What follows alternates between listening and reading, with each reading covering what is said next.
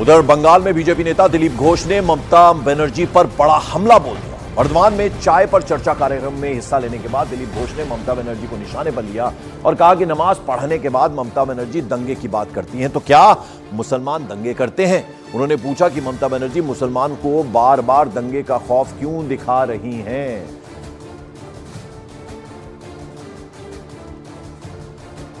মুখ্যমন্ত্রী নামাজ পড়ে বলছেন দাঙ্গা করবেন না, দাঙ্গা হতে দেবেন না, তাহলে মুসলমানরা দাঙ্গা করে নাকি?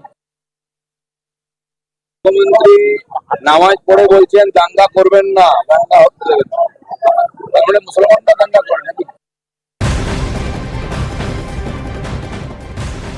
और मॉर्निंग प्राइम में अब बात मीसा भारती के बयान की। प्रधानमंत्री नरेंद्र मोदी पर दिए गए मीसा भारती के विवादास्पद बयान पर अब सियासी घमासान मचा हुआ है। बीजेपी ने मीसा भारती के बयान को आड़े हाथों लिया और उन पर सवालों की झड़ी लगा दी। बीजेपी अध्यक्ष जेपी नड्डा ने भी मीसा भारती के इस बयान पर पलटवार किया। उन्होंने कहा कि विरोधी पार्टी के नेता मोदी जी को गाली देते रहते हैं। जेपी नड्डा ने यह भी कहा कि विपक्ष की हताशा अब चरम सीमा पर है और वो लोग निराशा की वजह से इस तरह की बयानबाजी कर रहे हैं।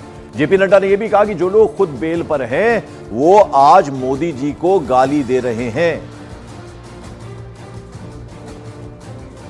अभी अभी मीसा भारती ने अभी का ये इतने फ्रस्ट्रेटेड हो गए हैं, आप बोलते हो मोदी मोदी मोदी, और ये मोदी जी को गाली देते रहते हैं, कभी सांप, कभी बिच्छू, कभी क्या। इनकी निराशा, इनकी हताशा, इनका फ्रस्ट्रेशन चरम सीमा पर है। अभी जिसने 23 साल तक सबसे सर्वोच्च पद पर रह करके 12 साल से ज्यादा चीफ मिनिस्टर और अब 10 साल से ज्यादा प्रधानमंत्री के रूप में मोदी जी ने देश के प्रधान प्रशासक के रूप में काम किया और एक भी दाग नहीं है, ऐसे को मीसा भारती बोलती है मैं चुनाव के बाद जेल में भेजूं। ऐसा फ्रस्ट्रेशन, ऐसा निराशा, ऐसी निराशा। आप बताइए, मैं फिर से बोलता हूं, लालू सेहत के कारण बेल पर है कि नहीं है, चारा घोटाले में इन्वॉल्व है कि नहीं है, और लोगों से मीसा भारती पर अंजाम है कि नहीं है। जो खुद बेल पर हो, जिनसे खुद पूछताछ हो रही हो, वो आज मोदी जी को गाली दे रहे हैं।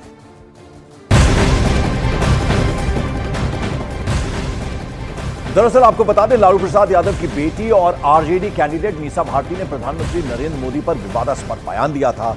उन्होंने एक चुनावी कार्यक्रम में कहा था कि हम सत्ता में आए तो प्रधानमंत्री नरेंद्र मोदी जेल जाएंगे। आरजेडी ने मीसा भारती को पाटलिपुत्र लोकसभा सीट से कैंडिडेट बनाया है और अब यह बात उन्होंने कही है कि सत्ता में यदि आ गए तो प्रधानमंत्री मोदी जेल जाएंगे। ये प्रेस को उन्होंने बात कही है, मीडिया से मुखातिब होकर उन्होंने ये बड़ा बयान दिया है। जो इंडिया गठबंधन है 30 लाख रोजगार दे रहा है, उसमें उनको तुष्टीकरण दिख रहा है। किसानों की आय दुगनी करने की हम बात कर रहे हैं, हम एमएसपी लागू करने की बात कर रहे थे, इनको तुष्टीकरण नजर आ रहा है। आज बेटे के लिए वोट मांगने गए थे, काहे नहीं परिवारवाद पे बोले, मुंह बंद हो गया प्रधानमंत्री जी का। इलेक्ट्रोल बॉन्ड पे कौन जवाब देगा? जब आते हैं वो हमारे परिवार पे आरोप लगाते हैं भ्रष्टाचार का। जानते हैं कितना बड़ा भ्रष्टाचार है। अगर देश की जनता ने कहीं हमें मौका दे दिया इंडिया गठबंधन को, प्रधानमंत्री से लेकर के जितने भी भाजपा नेता हैं जेल के अंदर बंद हो। और प्रधानमंत्री को लेकर मीसा भारती ने जो बयान दिया है उसके बाद आरजेडी की प्रतिक्रिया सामने आई है। उन्होंने इसे बेफजूल का मुद्दा बता दिया है।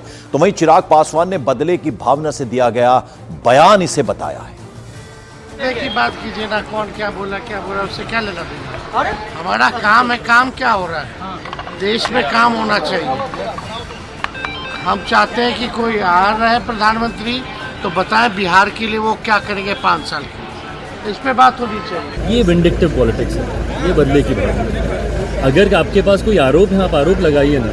2004 का समय ऐसा था यूपीए की सरकार का, जब एक के बाद एक घोटाले हम लोगों ने देखे थे और जितनी भी कार्रवाई हुई है उन घोटालों के आधार पर ही हुई है। पर आप बिना किसी आरोप के, ये एक सरकार ऐसी है जिसमें कोई घोटाला नहीं, कोई दंगा नहीं, उसके बाद अगर आप ये कहते हैं तो कहीं ना कहीं बदले की भावना इसमें दिखाई देती है, विंडेटा इसमें दिखाई देता है, विंडिक्टिव पॉलिटिक्स इसमें दिखाई देती है। ये गलत है।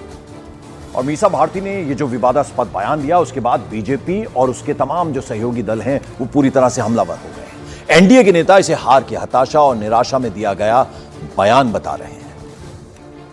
ये देखिए कौन जेल में जाएगा कौन जेल में नहीं जाएगा, ये बात की बातें हैं। अभी चुनाव का माहौल है और जिस तरीके से विपक्ष परेशान हो रखा है, अपनी हार जिस तरीके से देख रही है, उस तरीके से ये तरह बयान दिया जा रहा है। जिस फार्म हाउस में रहते हैं कैसे आया, यही तो पूछ रहा है। संवैधानिक संस्था ईडी, इनकम टैक्स, सीबीआई यही तो पूछ रहा है कि इतना माल संपत्ति कहां से आया।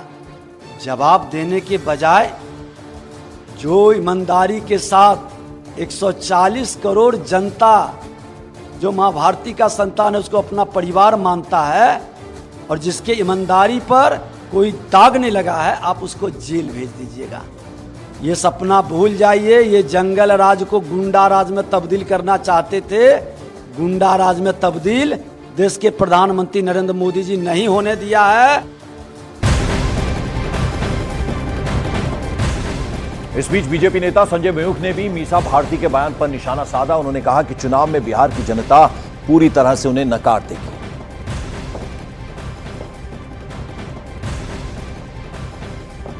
तो सरकार तो बन नहीं रही है ना, सरकार उनकी बन नहीं रही, लेकिन भाई जेल में क्या तानाशाही लाने वाली हैं, क्या करने वाली हैं?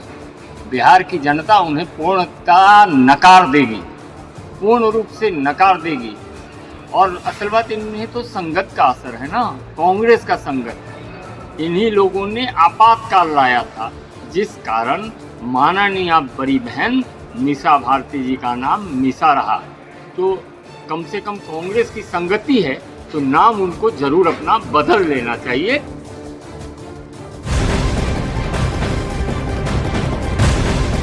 मॉर्निंग प्राइम में बड़ी खबर महाराष्ट्र से आ रही है। महाराष्ट्र में महाविकास आघाड़ी के बाद अब कांग्रेस पार्टी में ही घमासान शुरू हो गया है। मुंबई कांग्रेस की अध्यक्ष वर्षा गायकवाड़ ने प्रदेश कांग्रेस अध्यक्ष नाना पटोले के खिलाफ मोर्चा खोल दिया है। वर्षा गायकवाड़ आज नाना पटोले की शिकायत को लेकर दिल्ली में आला कमान से मुलाकात करने वाली हैं। वर्षा गायकवाड़ ने नाना पटोले पर मुंबई में सीट शेयरिंग के मुद्दे पर चर्चा न करने का आरोप लगाया है। आज दिल्ली आ रही हैं और आला कमान से नाना पटोले की शिकायत करने वाली हैं। उनके साथ कुछ और नेता भी दिल्ली आ रहे हैं।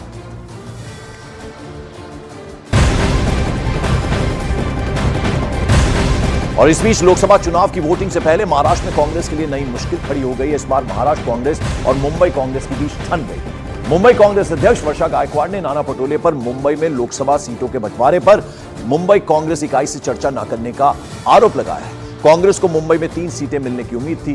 खुद वर्षा गायकवाड़ दक्षिण मध्य मुंबई से चुनाव लड़ना चाहती थी और अब वो सीट बंटवारा जो हुआ उसको लेकर खासी नाराज हैं। नाना पटोले के खिलाफ शिकायत करने के लिए आज वो दिल्ली पहुंच रही हैं। जो आला कमान के नेता हैं उनसे वो भेंट भी करने वाली हैं।